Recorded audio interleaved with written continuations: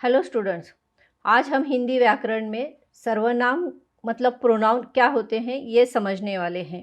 संज्ञा के स्थान पर जिन शब्दों का प्रयोग किया जाता है उन्हें सर्वनाम कहते हैं। मतलब संज्ञा या नाउन की जगह हम जो दूसरा वर्ड यूज़ करते हैं उसे सर्वनाम या प्रोनाउन कहते हैं। हम जब किसी के बारे में बात करते हैं तो हर बार उसका नाम नहीं लेते हैं, तो उसके नाम की जगह हम सर्वनाम यूज़ करते हैं। सर्वनाम के 6 भेद हैं।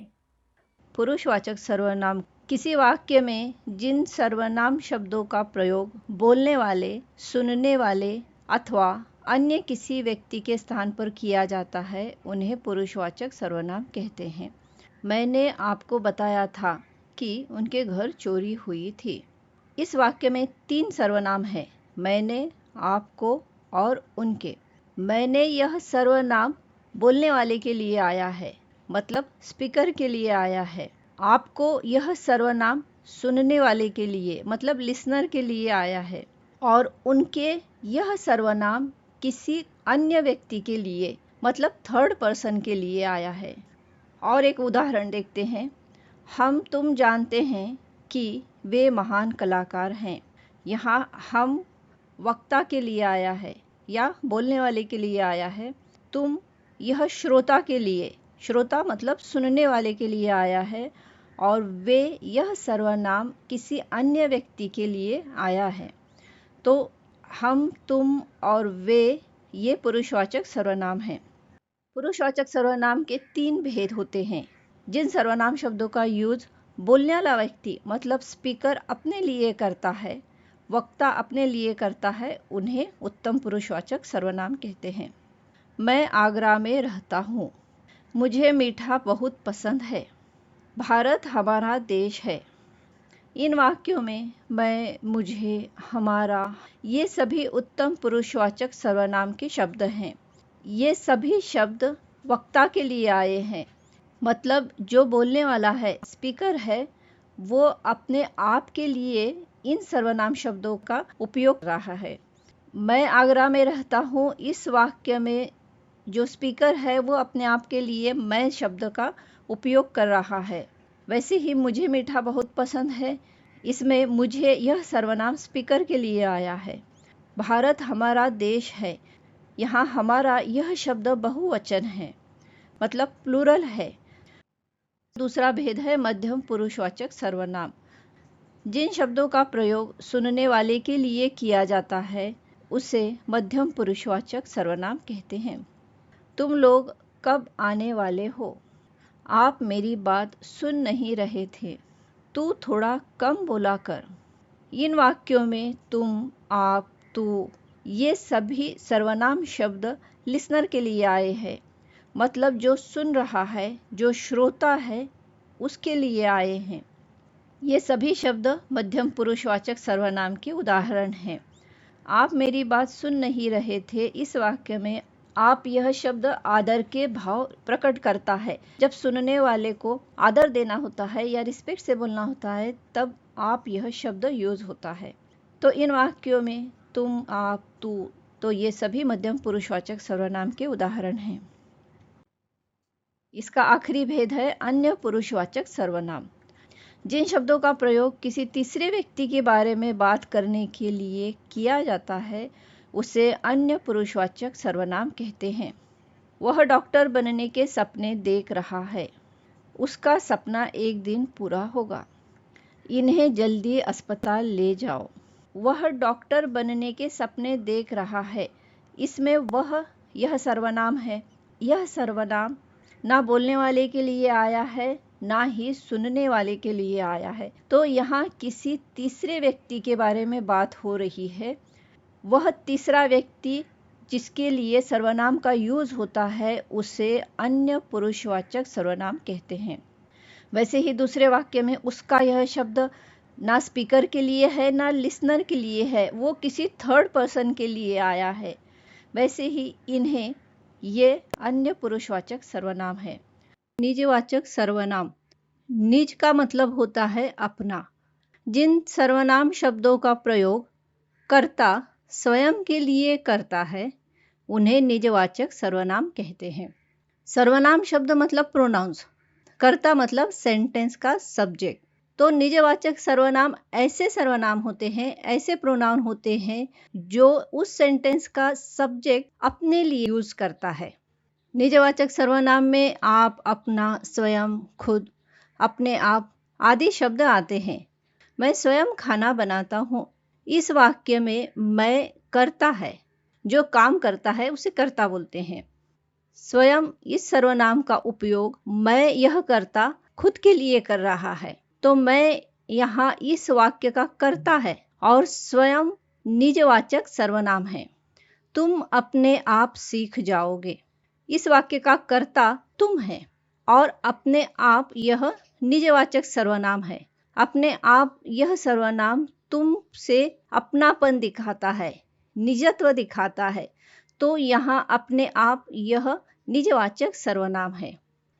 अगला वाक्य है, भगवान भी उसी की मदद करते हैं जो अपनी मदद खुद करता है। इस वाक्य में खुद यह निजवाचक सर्वनाम है। निश्चयवाचक और अनिश्चयवाचक सर्वनाम। निश्चयवाचक सर्वनाम की परिभाषा देखते हैं। जिन सर्वनाम शब्दों से किसी निश्चित वस्तु, व्यक्ति, स्थान, प्राणी आदि की निश्चितता का बोध होता है, उन्हें निश्चयवाचक सर्वनाम कहते हैं। निश्चय का मीनिंग होता है डेफिनेट, श्योर या फिक्स्ड। यह, वह, ये, वे, ये सभी शब्द निश्चयवाचक सर्वनाम में आते हैं। हम इन शब्दों के उदाहरण भी देखेंगे। जिन सर्वनाम शब्दों से किसी निश्चित वस्तु, व्यक्ति, स्थान, प्राणी आदि की निश्चितता का बोध नहीं होता, उन्हें अनिश्चयवाचक सर्वनाम कहते हैं। इनमें कोई, कुछ, किसी ने, ये शब्द आते हैं। पहले हम निश्चयवाचक सर्वनाम के उदाहरण देखते हैं। यह बहुत ही खुश रहता है। इस वाक्य में यह शब्द के जरिए किसी फिक्स्ड पर्सन के बारे में नॉलेज दिया जा रहा है कि कोई एक पर्सन है जो बहुत खुश रहता है, तो यह निश्चयवाचक सर्वनाम है। वह बरसों बाद अपने घर लौटा है। इस वाक्य में वह शब्द एक निश्चित व्यक्ति का बोध कराता है। इस वाक्य में वह निश्चयवाचक सर्वनाम है। ये राजू की किताबें हैं। इस वाक्य में किताबों का बोध कराने के लिए ये शब्द का यूज हुआ है। ये निश्चयवाचक सर्वनाम है। वे गरीबों को खाना खिला रहे थे। यह और ये दो शब्द पास की चीज़ की ओर संकेत कराने या पास की चीज़ के बारे में बताने के लिए यूज करते हैं। दूर की चीज़ों को संकेत कराने या दूर की चीज़ों के बारे में बताने के लिए वह और वे, इन सर्वनामों का यूज होता है।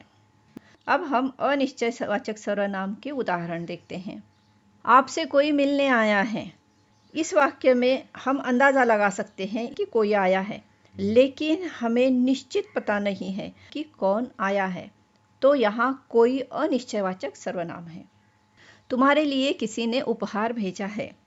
इस वाक्य में बताया जा रहा है कि किसी व्यक्ति ने, किसी पर्सन ने उपहार भेजा है। उपहार मतलब गिफ्ट, लेकिन हमें यह फिक्स पता नहीं है कि किसने भेजा है, तो किसी ने यह अनिश्चयवाचक सर्वनाम है।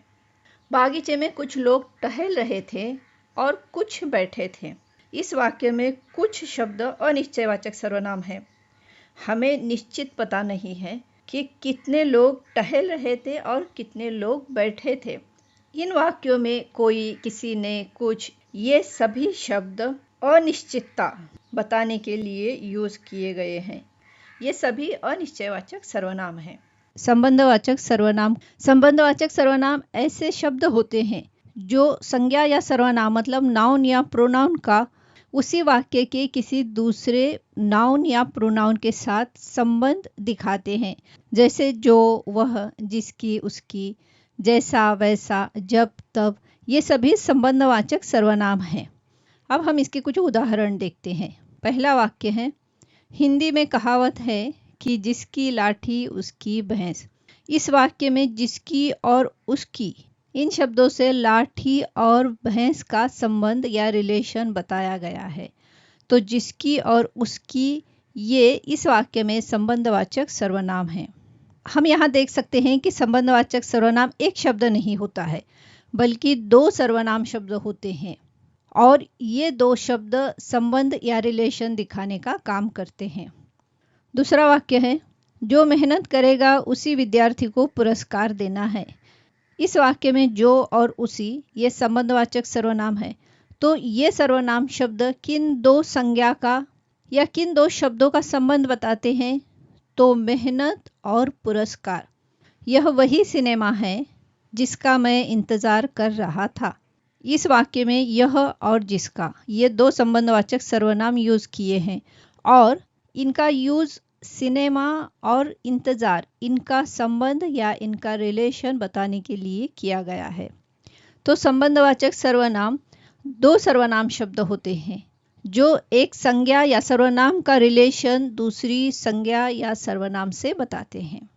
प्रश्नवाचक सर्वनाम जिन सर्वनाम शब्दों का उपयोग किसी वस्तु, व्यक्ति, स्थान, प्राणी आदि के बारे में सवाल पूछने या उसके बारे में जानने के लिए किया जाता है, उन्हें प्रश्नवाचक सर्वनाम कहते हैं। तो प्रश्नवाचक सर्वनाम ऐसे शब्द होते हैं जो सवाल पूछने के लिए संज्ञा की जगह उपयोग किए जाते हैं। आपके घर कौन आया है? यहाँ कौन प्रश्नवाचक सर्वनाम है। प्रश्नवाचक सर्वनाम क्यों है? क्योंकि यहाँ किसी व्यक्ति के बारे में पूछने के लिए कौन शब्द आया है। तो यहाँ संज्ञा की जगह कौन इस प्रश्नवाचक सर्वनाम का उपयोग किया गया है। क्या आपका नाम रवि है? इस वाक्य में क्या यह प्रश्नवाचक सर्वनाम है? आपका नाम रवि है, यह सच है या नहीं है, यह जानने के लिए क्या इस प्रश्नवाचक सर्वनाम का उपयोग किया गया है। हमारे घर मेहमान कब आएंगे? कब यह प्रश्नवाचक सर्वनाम है जो समय के बारे में पूछता है कि मेहमान कब आने वाले हैं। मेरा चश्मा कहाँ रखा है? कहाँ एक प्रश्नवाचक सर्वनाम है जो स्थान के बारे में पूछता है। इन वाक्यों को हम ध्यान से देखेंगे तो समझेंगे कि कौन का प्रयोग या कौन का यूज सजीवों के लिए किया गया है, लिविंग के लिए किया गया है। जैसे आपके घर कौन आया है तो कोई व्यक्ति है, वैसे ही क्या का उपयोग निर्जीवों के लिए मतलब नॉन लिविंग के लिए किया जाता है। क्या आपका नाम रवि है मतलब यहाँ सत्य या असत्य, सच या झूठ का पता लगाना है जो कि नॉन लिविंग है। इन सभी वाक्यों में संज्ञा की जगह प्रश्नवाचक सर्वनाम शब्द का उपयोग किया जाता है। तो इन शॉर्ट प्रश्नवाचक सर्वनाम ऐसे शब्द होते हैं जो सवाल पूछने के लिए संज्ञा की जगह उपयोग किए जाते हैं।